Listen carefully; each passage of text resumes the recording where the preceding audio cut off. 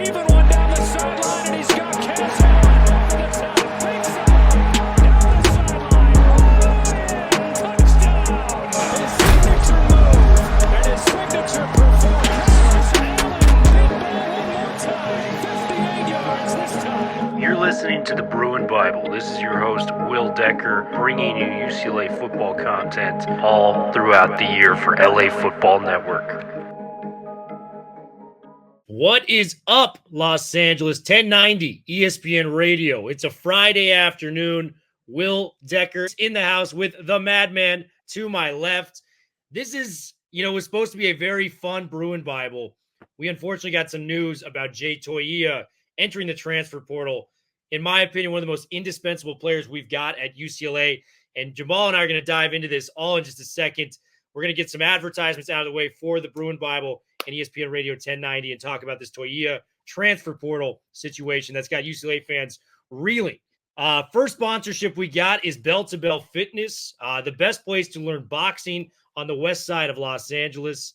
This is a facility, an area run by Tony Gonzalez, who is one of the best boxing minds we have on the west side of Los Angeles, was a former UCLA boxing coach for over a decade.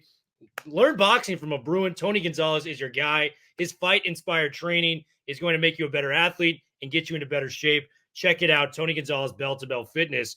And for those thinking about moving out to Arizona, how about looking into our guy named Jay Toia? Jay Toia is a licensed real estate agent in Arizona, a lifelong Bruin. He's a current Wooden Athletic Fund donor and football season ticket holder. When not selling houses or going to UCLA games, he loves to travel the country, checking out different arenas, ballparks, and stadiums. If you're looking to move to Arizona or know someone who is, please reach out to our friend and loyal Bruin, Jay Toia, at 602-487-3975. Once again, 602-487-3975. Madman, you were on a plane to Kansas City, Missouri. I hit you with the text. I go, hey, it's kind of weird. Toia's not at practice. We're like, yeah, it's a little weird. I don't know what's going on with that. And then 20 minutes later, it kind of spiraled out of control to the point where Jay Toia has entered the transfer portal. He tweeted out himself he's graduating from UCLA, and he's going to be entering his name into that area and be looking for a new school, new place to call home when it comes to playing college football. What was your first reaction when it came to Toia leaving the transfer portal, and how devastated should Bruins fans be? Because this guy, you're talking about a one-of-one player on defense right now at the defensive tackle position. This was really our only option on the D-line after losing Latu and the Murphy twins. Talk to me, madman. What are you thinking about Toia departing from Westwood? Yeah, well, you said it best there. It was a wave of emotions. I think the initial one obviously was shock. My jaw hit the floor. And then, upon time to reflect, this is the new reality of college football where nobody is safe, no matter how safe you believe they are. It just, free agency is always upon us. We always have to be worried about roster construction. We always have to be worried about retention. We always have to be worried about a bigger bag somewhere else. And it's an unfortunate reality of today's college football. But Will, the reason I was so stunned and the reason it was such a visceral reaction is arguably and perhaps inarguably, Jay Toia is the most irreplaceable player on this UCLA Bruins roster, any position included. Even if you talk about an Ethan Garbers, who's the starting quarterback, there's some guys with Martin and Duncan in the wings. There's depth at running back with Harden and Jones. There's a quartet of receivers that are very talented. You've got folks at the tight end position. You've got folks in the secondary. There's work to be done on the offensive line, but there's some bodies there. Toia, in terms of interior defensive line and being able to anchor that front four, anchor that line of scrimmage, and be able to command a double team, there just is nobody else. And when you factor in what you mentioned earlier, Will, needing to replace Latu and the Murphy twins and Carl Jones Jr., and also some of the talent on the back end with the likes of Kamari Ramsey, we were really looking at Toia this year as stepping into that anchor role. You always gave that analogy of Duke Clemens being that one stabilizing anchor in years past on the offensive line. This could be a year where Toia was that anchor and stabilizing force on the defensive line. We talked about how in the years past, we had the likes of a Blaylock leading the back end of that secondary from a captainship perspective. And then last year with Moasau leading the linebacking crew in that front seven from a captain perspective. We were really looking at Toia this year as not only being the only guy that could truly command a double team and allow some of these younger players on the edge to be able to fortify, but also looking at him from a leadership role of being able to set the tone both culturally as well as tactically on the defensive side. So Will cannot overstate how massive a loss this is. And now plan A, B, and C for head coach Deshaun Foster over the next 13 days with the transfer portal window open has to be, can you get some supplements here? I don't know if one guy alone can replace a Toia, but you got to do it by committee, because right now, Will, going into the Big Ten, we've talked about it so much. This is a conference of trench play, both on the offensive line as well as on the defensive line. And Toia was really that anchor on this defensive line. Without him, this is now an average to a below average defensive line, which is a very daunting proposition once you go into Big Ten play. So cannot overstate.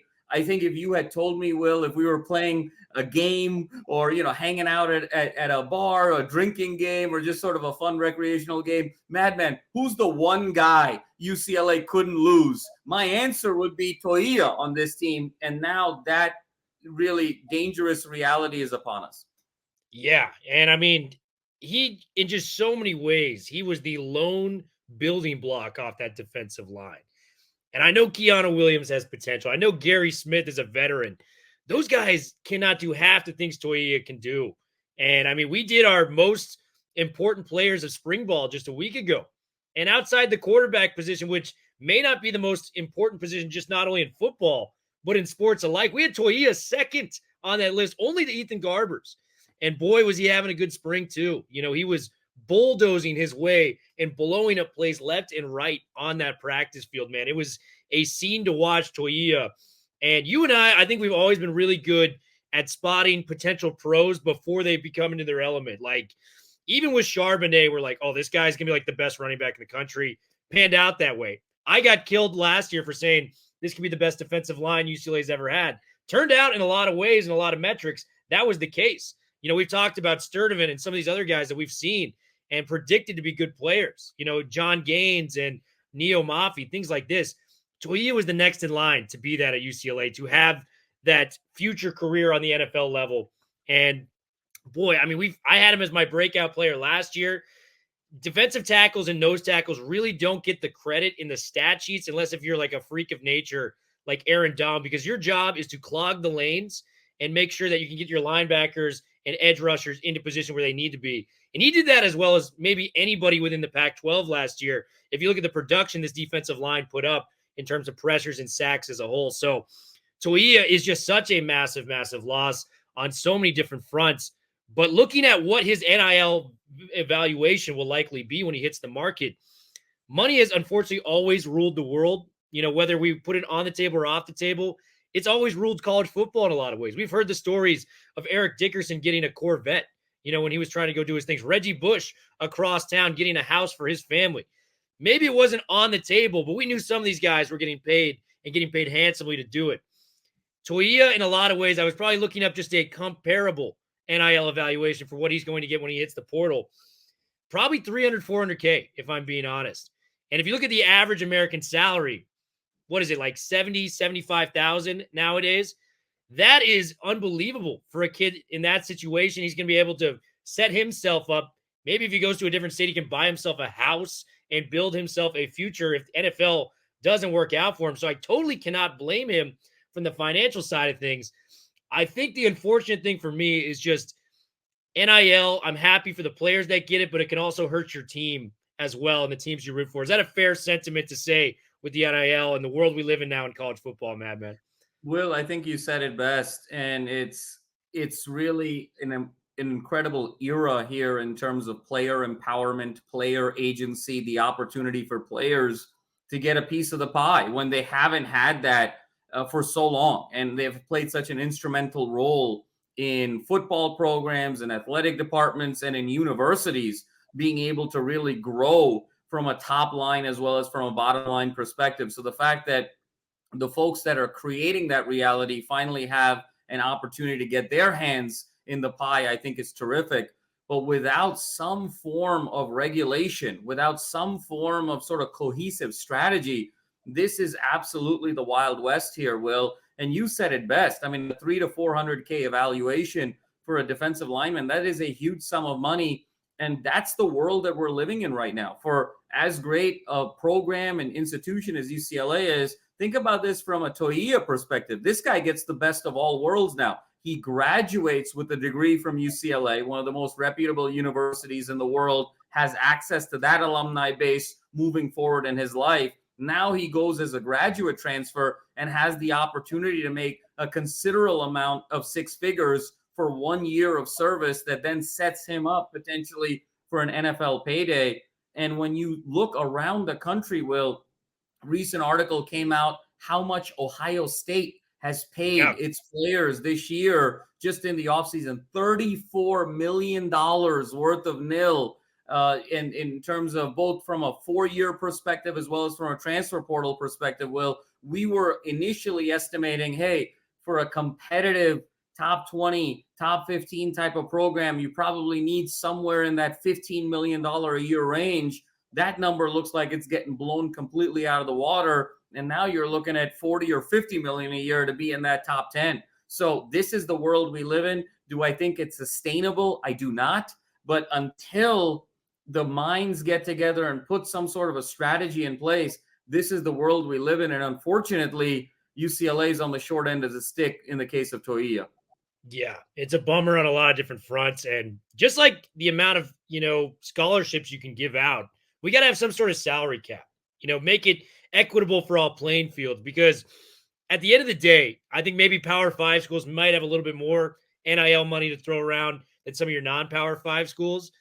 But at the end of the day, coaching and development should rule out for these guys, if the money is the same. And that's kind of where I want it to be, because if you're taking $400, $500, $600 grand to go to like Boise State, like Malachi Nelson did, to me, that's just kind of copping out of the moment, if I'm being frankly honest. You were a 5-star recruit. You could have done anything. You were USC's next handpicked, chosen successor to Caleb Williams, and you kind of ducked out to Boise State. Situations like that, I don't mean to just crap on Malachi Nelson, but that's just kind of the world we're living in now, where money is just ruling everything and there's no cap and everything going that type of way. It's just frustrating as a fan to kind of see that. So until they cap that, I think we have a real problem in college football.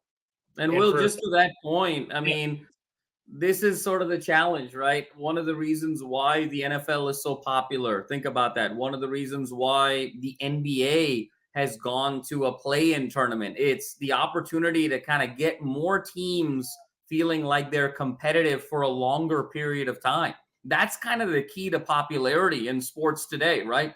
In the NFL, you can go from a Super Bowl team to missing the playoffs and vice versa in a matter of a year. There's so much parity. There's so much opportunity to be able to improve your team year over year that every fan base feels like they're in it. Same thing now with the NBA, kind of the expansion of the playoffs. You're getting every fan base an opportunity to feel like they're in it until the very end. What do both of those sports also have in common? Oh, by the way, they both have a cap. Granted, there's luxury taxes in each of those sports, but they're both capped. So you're creating some equity. Where baseball has kind of gone off the rails and why it's also struggling in popularity is you've got the small market teams essentially just being feeders to the big market teams like the Dodgers and the Yankees and the Red Sox and so forth.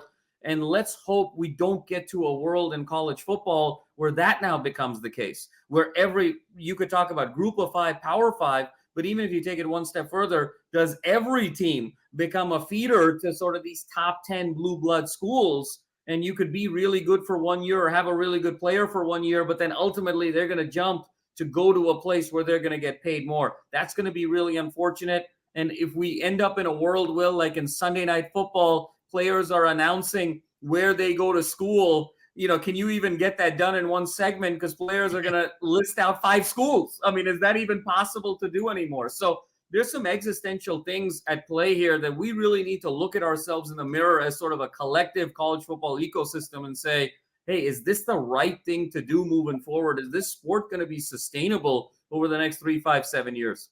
Yeah. And, I do want to say we wish Jay Toia all the best of luck Absolutely. wherever he goes. As a parent, you want your kid to be successful wherever they go. If my future son came to me and said, hey, I got like a $300,000, $400,000 offer to go elsewhere, who am I to tell him he can't do that? It's his life. It's his choice. He can make whatever decisions he wants. And like you said, he graduated from UCLA, so he's got the degree in hand. He's just looking to kind of cash out at this point. Jay Toia, we're bummed about it, buddy, but we understand. Congratulations. You're about to get paid, and you just got a degree from UCLA. You're winning at life, dude. It's great to see that. On the front of who can potentially come in to replace him, the transfer portal has been a big talking point for a lot of UCLA fans. We feel like we got a little bit more NIL money, maybe not the most to keep, a guy like Jay Toia on campus for UCLA, but some of these other guys, I think we got more of a shot on because we got a new, young, hungry head coach in Deshaun Foster and a little bit more money to throw around. Who are some of the defensive tackles you're leaning towards that could maybe come in and, maybe not replace him solely, but maybe patch together a group that can be, sufficient on the football field on the D-line?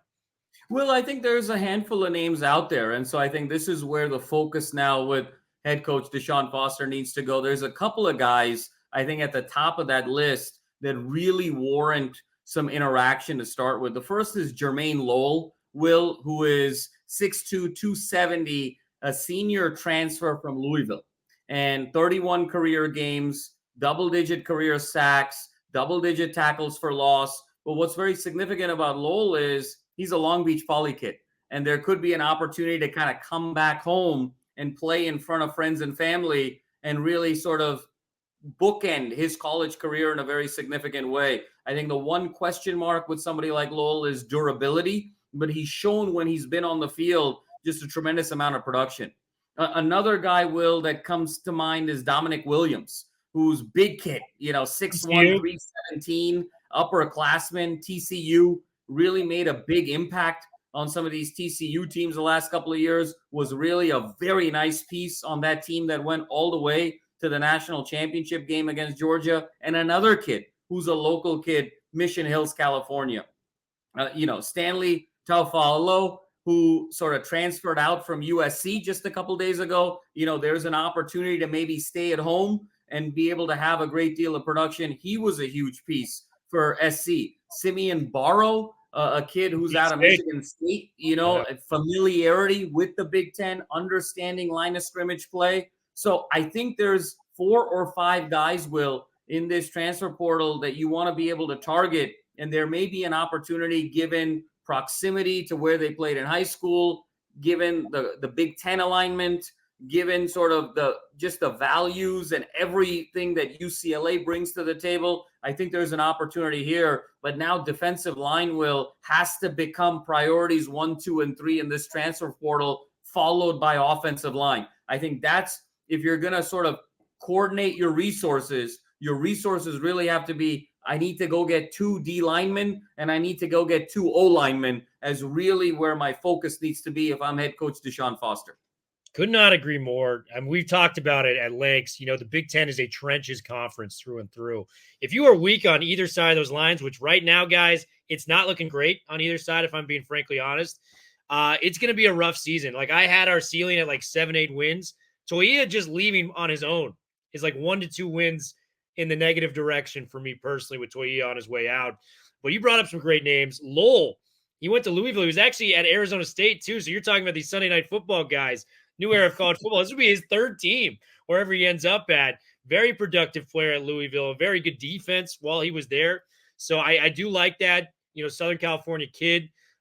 Simone Barrow, I like a lot. The thing with Barrow and Lowell is kind of like you're really getting a 1-year rental out of these kids. Then you're going to have to kind of hit the reboot button.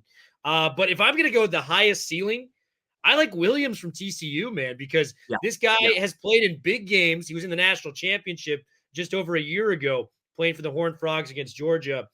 This guy is not shy for the big moment. He's been very productive. He was an all Big 12 honorable mention. Williams, to me, is the name. Like, if we got him, I'd be very, very happy with that pickup. So let's hope UCLA can kind of continue on that front moving forward. It's just a new world in college football, man. We got to kind of adjust and adapt as people that cover UCLA. Jay Toia, like we said earlier, man, we wish you nothing but the best. Any parting thoughts before we get out of here, man?